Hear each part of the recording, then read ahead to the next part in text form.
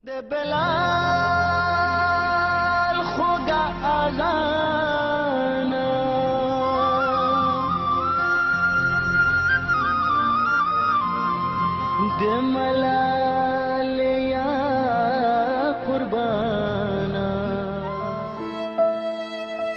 بالله من الشيطان الرجيم بسم الله الرحمن الرحيم. په متحده عرب اماراتو کې میشتو پښتنو د لرې پښتونخوا وتلې او فعال ماشومې ملالۍ یوسفزۍ لپاره اجتماعي دعا وکړه.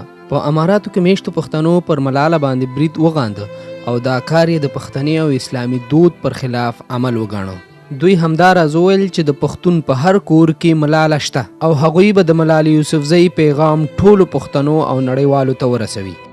زه امید کوم چې دغسې ډلې، دغسې ملګرتیا، دغسې ورورولي، دغسې اتحاد، دغسې مینه وي، نو انشاءالله چې دا یو ملالۍ باندې به دا نه ودرېږي چې دوی دا یو ملاله مړه کړي، بس ټولې ملالۍ مړې شوې. یو ملالۍ باندې فرق نه پرېوځي، د هر کور نه به ملالۍ راوځي او د هغې دا کم ارمانونه چې دي دا به انشاءالله پوره کېږي. په ملالۍ چې کوم برید شوی دا په یو سوچ باندې برید شوی دا ټول پښتانه چې کوم دي هغه ملالۍ سره هغې ته دعاګانې کوي. ملالۍ یو داسې ماشوم وه چې هغه د لرو بر د پښتنو یو لوی دغه او امید و تې اسرې وې تې.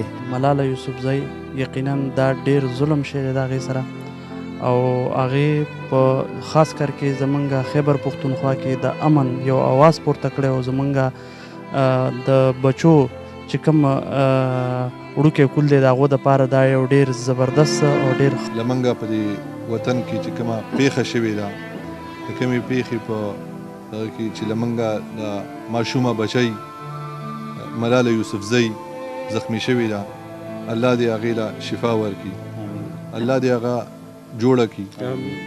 ملاله یوسفزۍ د لرې پښتونخوا د سوات سیمې اوسېدونکې ده او په ډېر لږ عمر کې یې د خپلو لیکنو او سوچ له امله نړیوال شهرت ترلاسه کړ. ملاله یوسفزۍ تېره اونۍ هغه مهال د پاکستاني طالبانو لخوا په ډزو ویشتل شوه چې له ښوونځي څخه کور ته په لاره وه.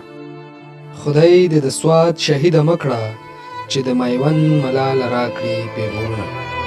مشتاق احمد عادل، شمشاد ټلویزیون، دوبۍ.